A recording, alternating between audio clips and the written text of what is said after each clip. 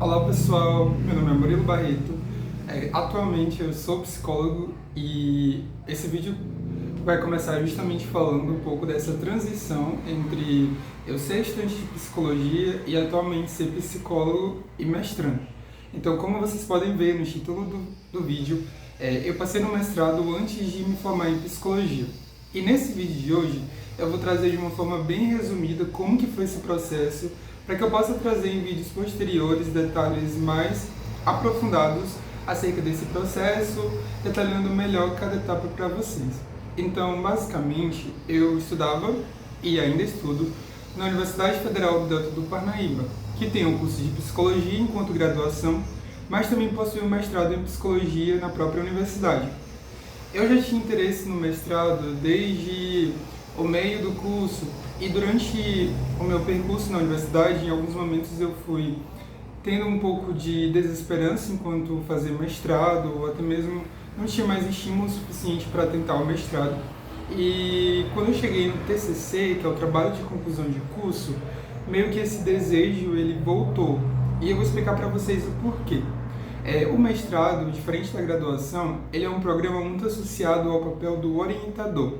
Então, você precisa ter um orientador para você poder ingressar no mestrado. E você vai trabalhar durante todo esse período do mestrado com o seu orientador, por mais que você tenha algumas disciplinas e você tenha que ter também contato com outras pessoas e outros professores, mas o orientador ele vai ter um papel fundamental no seu processo de mestrado. Então, quando eu entrei no TCC, que é o trabalho de conclusão de curso, com o meu orientador, eu comecei a voltar a ter interesse em fazer pesquisa justamente porque eu gostei muito da forma que ele trabalha e eu também gostei muito da área que ele estuda. E foi quando eu voltei a ter interesse em fazer a pesquisa. Eu falei, já que ele também está no mestrado, eu acredito que essa é uma possibilidade de eu seguir para o meu futuro, levando em consideração que a gente sempre, quando está nesses últimos anos de graduação, sempre tem aquela preocupação de o que eu vou fazer depois de formado, quais são as possibilidades que tem para mim. Então o mestrado assim surgiu como uma possibilidade.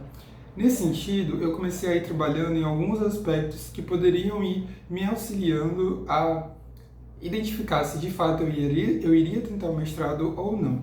Outro ponto muito importante durante esse processo de final da graduação foi que basicamente o mestrado era uma forma de me assegurar a continuar na cidade que eu estou morando e estudando, e se eu deixasse para fazer os processos seletivos somente posteriormente de quando eu já tivesse formado, seria muito mais complicado, porque eu teria que voltar para minha cidade, depois voltar para a cidade do mestrado, né, que no caso eu faço em Parnaíba, localizado no estado do Piauí, que é um pouco distante da cidade onde eu moro, originalmente.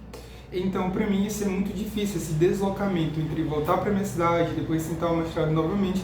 E foi por isso que eu falei, não, eu prefiro tentar logo enquanto eu ainda estou estudando, no caso eu já estava no 10º período, e aí eu fiz o processo e foram diversas etapas, muitas vezes coincidiu até mesmo com o período que eu estava fazendo TCC. Eu também estava desempenhando algumas atividades da monitoria, que eu era monitor de TEP 3, né, que é Técnicas e Exames Psicológicos 3, da minha universidade. Então eu tinha que conciliar muitas demandas com o estudo do mestrado. Mas eu preferia assim justamente porque eu não queria ter que ter esse processo de mudança, entre voltar para a minha cidade e depois tentar o mestrado somente após um tempo já formado.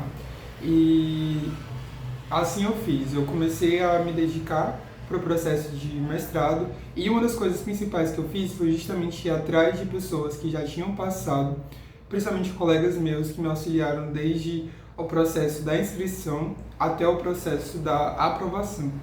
Então, o processo ele é bem cansativo, ele é bem burocrático e basicamente você tem que ter várias etapas. Então, eu tive a etapa da inscrição, que os documentos têm que estar tudo ok. Tem a etapa da prova, que existe uma nota mínima. Então, era uma etapa que eu estava bem assim, apreensivo em não conseguir atingir a nota mínima. Tem a etapa da entrevista, em que você vai ter que ser avaliado tanto na sua arguição, que é como que você defende seu projeto, e também é avaliado quanto ao projeto escrito que você envia no momento da sua inscrição.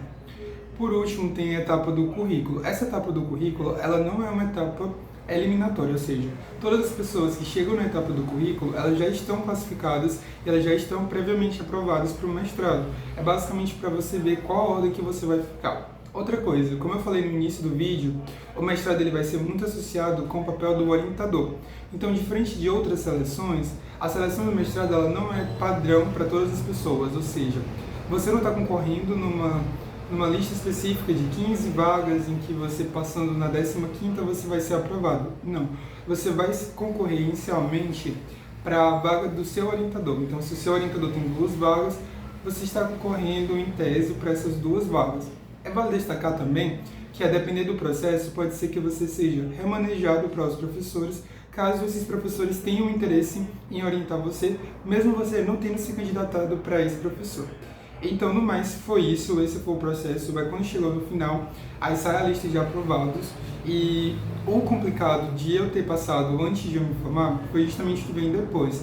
Nem foi tanto esse processo da aprovação, foi mais a burocracia que vem depois. Como eu ainda estava no 10º período, eu tive que atualizar e ir atrás de muitas burocracias, como por exemplo, as minhas notas elas não estavam inseridas no SIGA, que é o sistema da universidade.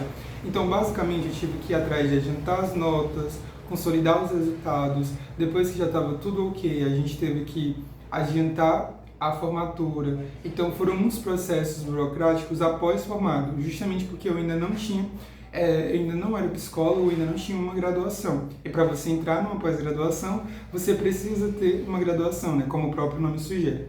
Então, basicamente, foi isso. Esse vídeo ele é mais curto porque eu quis trazer de uma forma bem resumida um pouco esse processo de ter sido aprovado no mestrado antes de eu passar, antes de eu me formar como psicólogo. Atualmente eu já fiz, né, a formatura, tanto a extemporânea, que foi por conta de eu ter sido aprovado no mestrado, quanto a formatura oficial, que é aquela com beca, mas é conhecida pela sociedade como um todo. Então, é isso, pessoal. Eu espero que vocês tenham gostado desse vídeo.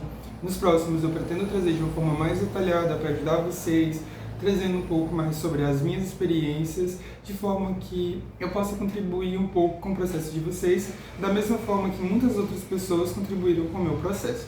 É isso, pessoal, e até uma próxima. Eu espero que todos que gostem do vídeo possam curtir, comentar, se inscrever no canal e também indicar para outras pessoas verem. Até uma próxima, e é isso.